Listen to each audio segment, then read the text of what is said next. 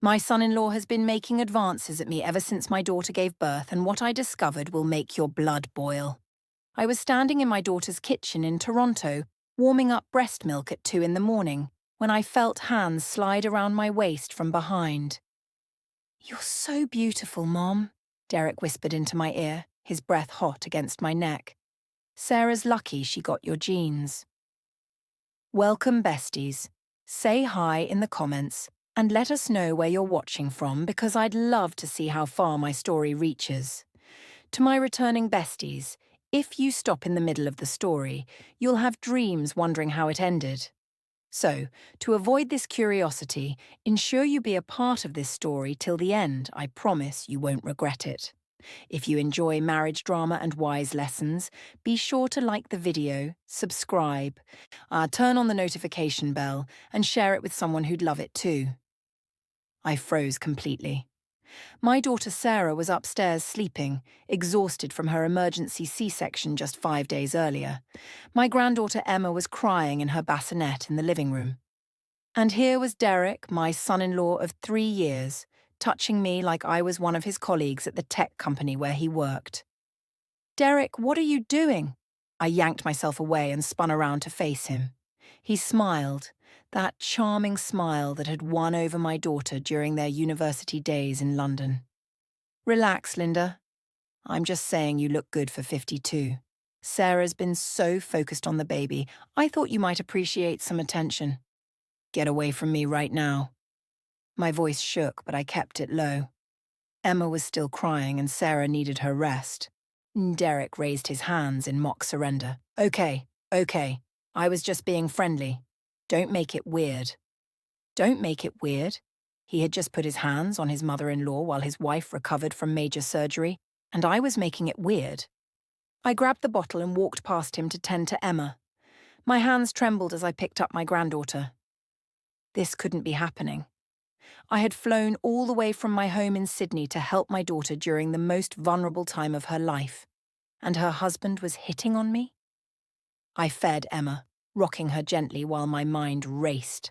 Should I tell Sarah? She was already dealing with postpartum pain, breastfeeding struggles, and the overwhelming responsibility of a newborn. This news might destroy her, but I couldn't just ignore it either. The next morning, I acted like nothing had happened. Sarah came downstairs around 9, moving carefully because of her incision. "Morning, Mom. Thanks for handling the night shift. I actually got 4 hours of sleep." "Of course, sweetheart, that's why I'm here." I poured her some tea and watched Derek at the table, scrolling through his phone like he hadn't violated every boundary imaginable just hours earlier. "Morning, beautiful," Derek said to Sarah, standing up to kiss her forehead. "How are you feeling today?" "Sore, but better. Mum's been amazing." "She certainly has." Derek looked directly at me when he said it, and I saw something in his eyes that made my skin crawl. Over the next few days, I made sure I was never alone with Derek. When Sarah napped, I stayed in her room with the baby. When Sarah was awake, I stayed by her side, but Derek was persistent.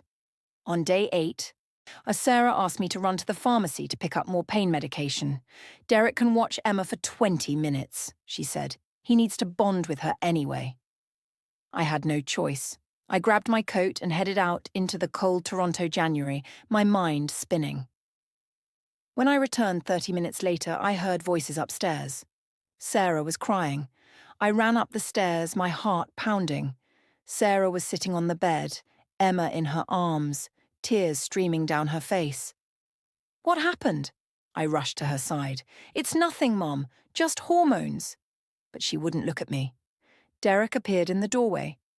I told her she's being too sensitive. New mothers get emotional about everything. Something in his tone made me suspicious. "Sarah, talk to me. Derek thinks I'm not attractive anymore. He said I need to lose the baby weight faster." My blood boiled. "He said what?" "It's not a big deal, Mom." "Yes, it is." I turned to Derek. "How dare you say that to your wife who just had major surgery to bring your child into the world?" Derek shrugged. "I'm just being honest. She asked if I still found her attractive." "Get out," I said quietly. "Excuse me?" "Get out of this room now." Derek laughed. This is my house, Linda. You don't tell me what to do. Mom, please, Sarah sobbed. Don't make this worse. I held my tongue, but only because Sarah was distraught. Derek left the room, and I held my daughter while she cried. This man was showing his true colours, and I needed to protect my child. That night, after Sarah fell asleep, I went downstairs to find Derek in his home office. I knocked on the door. Come in, Linda. I've been waiting for you. Those words sent chills down my spine. I stepped inside but left the door open. We need to talk about boundaries. Derek leaned back in his leather chair. Do we?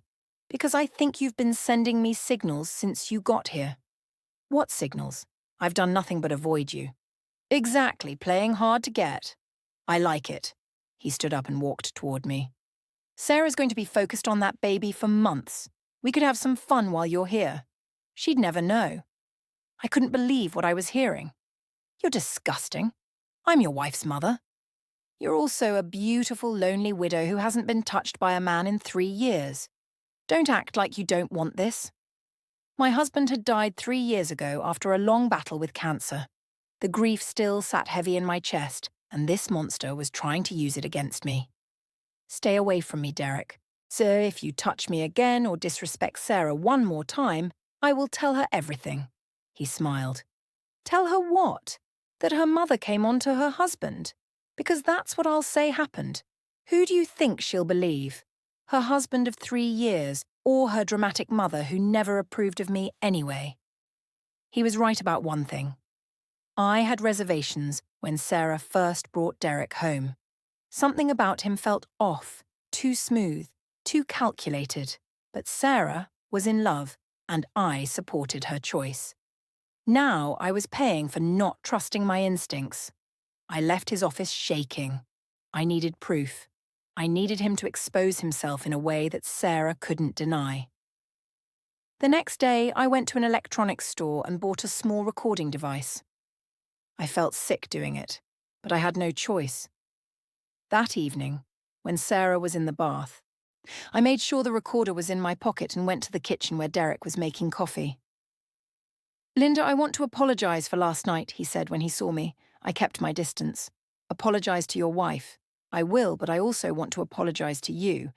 I've been under a lot of stress with the baby and work, and I've been inappropriate. It won't happen again. I almost believed him. Almost. Good. Sarah deserves better. She does. She deserves a husband who appreciates her. He moved closer. But between you and me, Linda, she's let herself go. You, though, you take care of yourself. You're what? A size 8? Sarah's probably a 14 right now. My hand itched to slap him. She gave birth 9 days ago. I know. I'm just saying, you're proof that women can maintain their figures at any age. It's inspiring. His hand reached out and touched my arm. Very inspiring. I didn't pull away this time. I needed him to incriminate himself. Derek, this isn't appropriate. Maybe not. But tell me you don't feel it too, the tension between us. There's no tension. You're married to my daughter. A daughter who barely looks at me anymore. All she cares about is that baby. His hand moved to my waist. I need someone who sees me, like you do. I see you, Derek. I see exactly what you are. I stepped back, my recorder capturing everything. His face changed, the charm disappearing. What's that supposed to mean? It means I know you're a predator. You're taking advantage of Sarah's vulnerability, making her feel worthless so you can justify whatever sick game you're playing with me. Besties, if you're enjoying this story, please hit that like button and drop a comment telling me what you think Derek's real plan is. Your engagement helps me bring you more stories like this. Derek's expression turned cold. You're paranoid. Sarah was right about you. What did you tell her about me? Just that you've been acting strange since you got here. Overprotective. Jealous of our relationship. She's noticed it too. He was gaslighting both of us, turning mother against daughter. I'm calling Sarah down here right now. Go ahead. Tell her that her mother's been making up stories because she's lonely and wants attention. Tell her that you've been throwing yourself at me and I've been trying to let you down gently. See who she believes. I heard footsteps on the stairs. Sarah appeared wrapped in her robe. Is everything okay? I heard voices. Derek immediately shifted, his face transforming into concern. Everything's fine, honey. Your mom and I were just talking about what to make for dinner. It sounded like arguing. No, no arguing. Derek put his arm around Sarah. Your mum's just passionate about nutrition. She thinks we should eat more vegetables. Sarah looked at me, confused. I felt trapped. If I said something now without concrete proof beyond a recording he could explain away, I might lose my daughter forever. I'm just worried about you getting enough nutrients while breastfeeding, I said, forcing a smile. Sarah relaxed. Thanks, Mom. I appreciate you looking out for me. That night, I lay in the guest room, listening to the recording over and over. Derek's words were clear, but were they enough? He'd been careful not to say anything explicitly criminal, just creepy and inappropriate. Would Sarah believe the recording, or would Derek convince her I'd manipulated the situation? I needed more than words. I needed action. I needed Derek to make a move that was undeniable. The opportunity came 3 days later. Sarah had a follow-up appointment with her obstetrician in downtown Toronto. Derek offered to drive her, but Sarah asked if I could take her instead, because she felt more comfortable with me helping her in and out of the car. Of course, sweetheart. Derek can watch Emma. I saw the flash of annoyance in Derek's eyes, but he agreed.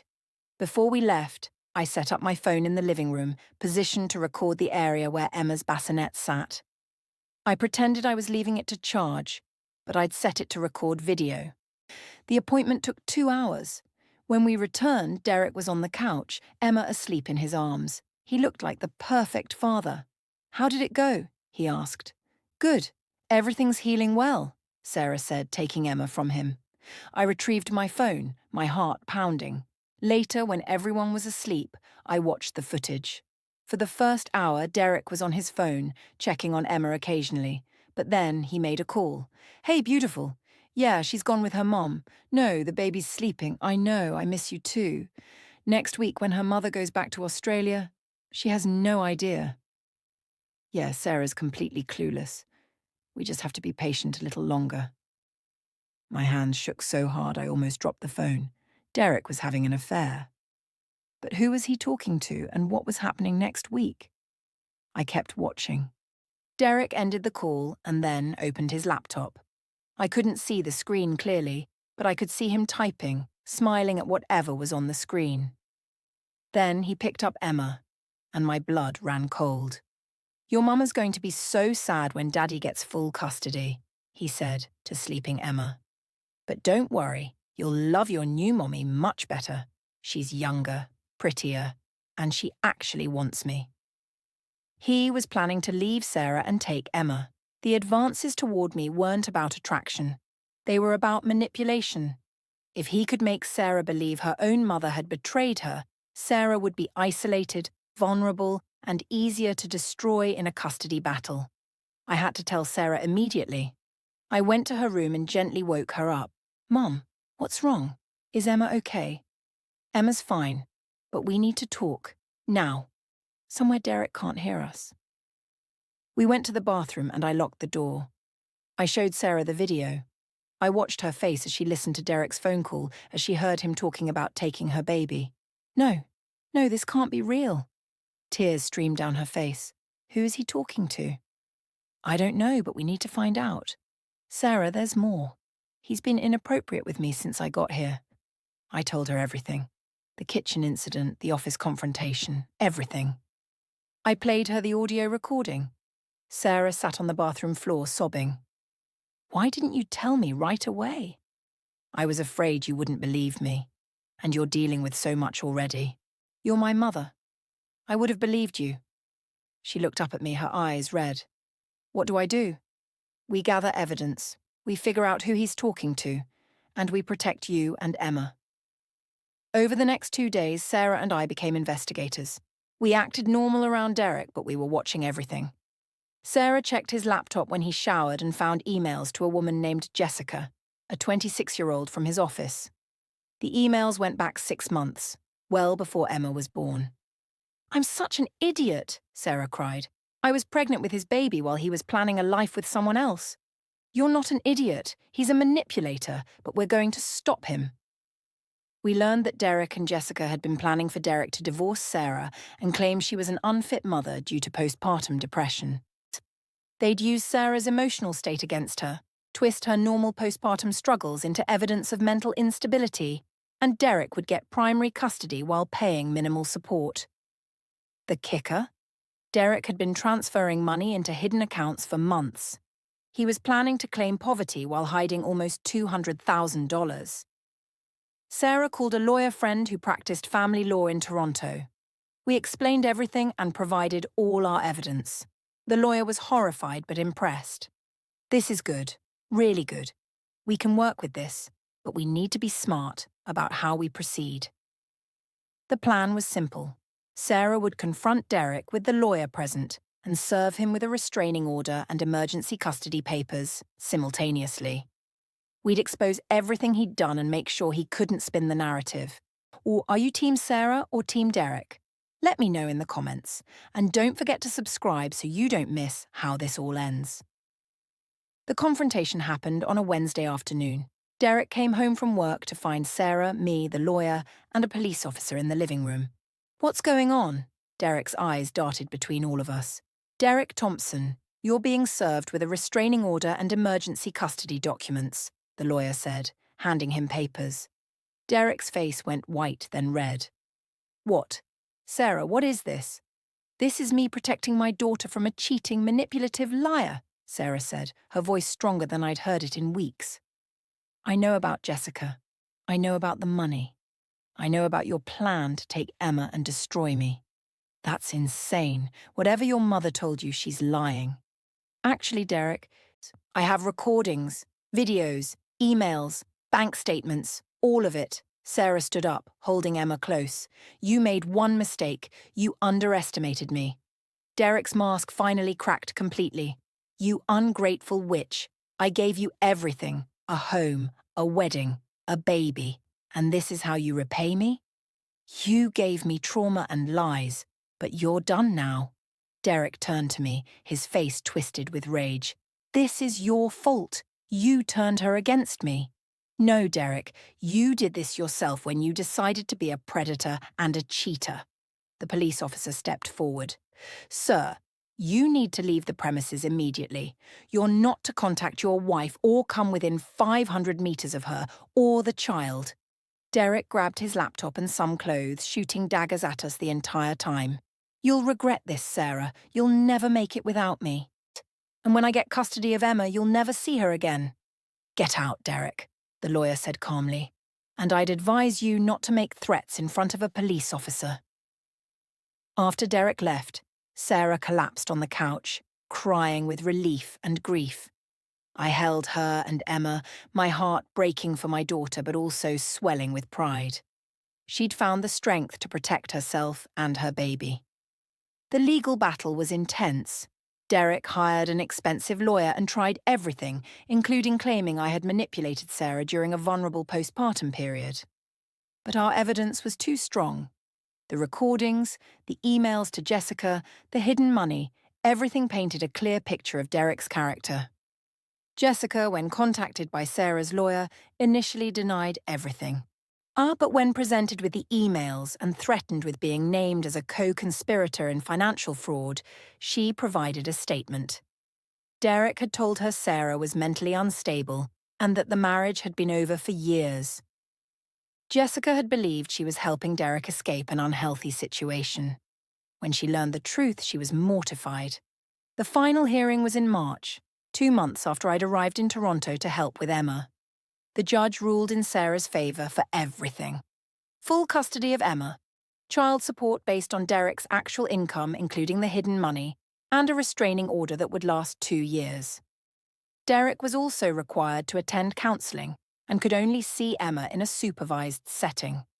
His career took a hit when his company learned about the hidden money and the inappropriate relationship with a subordinate. Jessica had been his junior at the firm, and the power dynamic made it an HR nightmare. As for the advances Derek had made toward me, while creepy and inappropriate, they didn't result in additional legal consequences beyond supporting the evidence of his character. But the judge mentioned them in her ruling, noting that Derek had attempted to manipulate and control multiple women in the household for his own benefit. Sarah started therapy to process the betrayal and the trauma. She was diagnosed with postpartum depression, which Derek had weaponized against her, but with proper treatment, she began to heal. Emma thrived, a happy baby who would grow up protected by her mother's fierce love. When I stayed in Toronto for 6 months, helping Sarah get back on her feet, we found her a new apartment, and I helped with Emma while Sarah went back to her job as a graphic designer, working from home part-time.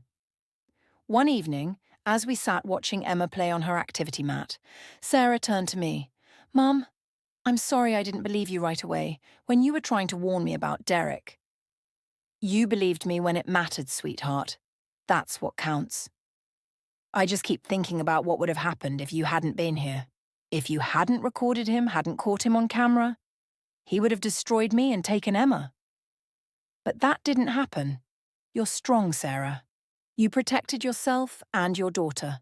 I'm so proud of you. I learned from the best.